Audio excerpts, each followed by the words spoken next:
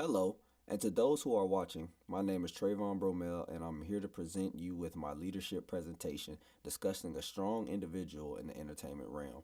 The reason I chose this individual is because I feel that he carries the traits and qualifications to call himself an effective leader in today's society. When this assignment was given, it took me a while to choose an individual that would be a perfect match for this situation.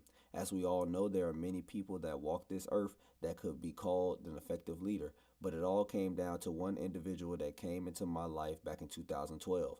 The things he said helped me change the way I view things in my life today. Dr. Eric Thomas, but better known as ET. Eric Thomas is known worldwide for motivational speaking and is also a founder of Breathe University. Eric Thomas is also an author and minister who lives by a philosophy of execution. Growing up, I was told no, but ET showed me a way to say yes.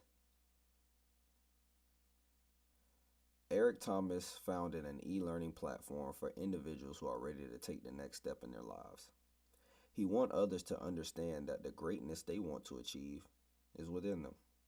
Eric is built around an empire to lead people into the right direction so they can stop talking about their dreams and actually living them out to the fullest. Eric grew up in Detroit, Michigan, with the dreams of becoming a football player. He was raised by his mother in low-income environments, but was still driven to become something greater. He went from being a high school dropout to one of the biggest mentors in the world today. Eric shows us why giving up should never be an option. There are many things that I can say Eric has done throughout his life to prove to the world why he's a great leader. At least one could say that his passion, his drive, and his motivation is the reason why he got out of the bad situations that he was in growing up. But I think there's one thing that Eric shows the world that separates him from the rest. That is his actions. The thing that Eric talks about the most is that he never gave up. His actions will be bigger than his words. He holds not only himself, but the world to a standard of action. Being able to get up and make forth effort in achieving your goals, which connects to one of Robert Greene's laws of the 48 laws. Law 9. Robert Greene expresses how important action is, rather than having back and forth discussions. Law 9 ends with the statement, demonstrate, do not explicate. Everyone wants to be heard. Everyone wants the next person to know what they want to do. Instead of arguing and debating, take action. With being homeless, Eric didn't find no one to express his feelings to. He didn't look to the next person and vent about not wanting to be homeless. Eric built his mindset around action to where he got himself away from homelessness because he knew that discussing this with someone was not going to lead to nothing but another conversation. This also connects us to another law by Greene, which is Law 28, interaction with boldness. This is such an important law, especially to everyday life. The reason why is because you don't want to be hesitant about the decisions that you make. You want to be for sure. Just like Greene said in the text, everyone admires the bold, no one honors the timid.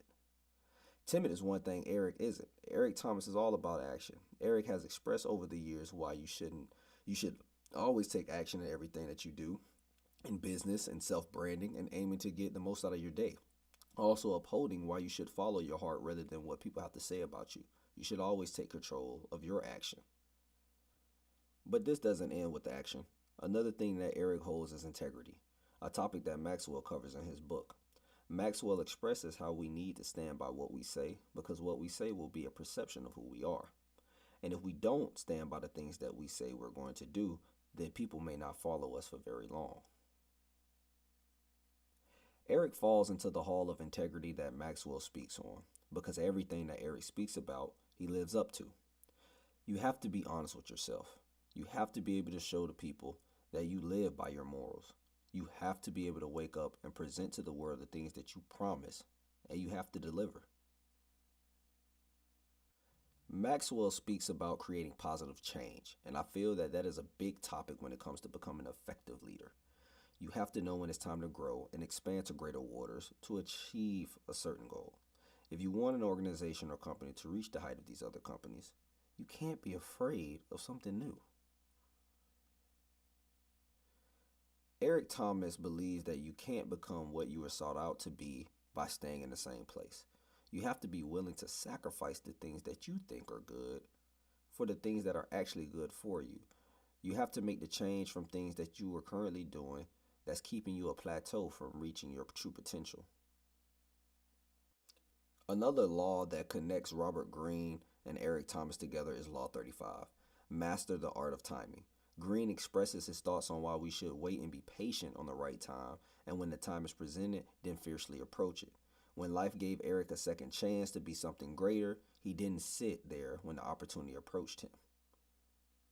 Surely last but not least, the connection of influence that John Maxwell and Eric Thomas shares happens to be one of the most important things that ties the knot with this presentation. Leadership is about managing, leading, and developing others around you that leads you down the right path of becoming a great, effective leader. As of now, I will be the one to state that Eric Thomas has clearly hit the pinnacle of respect in the 5 levels of leadership. He has become the people's champ, not for what he has done and what he has accomplished, but because of who he is and what he stands for. The thing that makes him loved by everyone is that he doesn't look to be rewarded for any of it.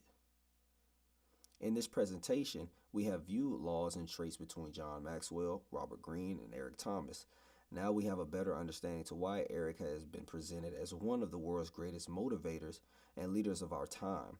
It is because he holds the characteristics of a great leader and has yet to fall short of that. I would like to say thank you for giving me the opportunity to express my opinion on Eric Thomas.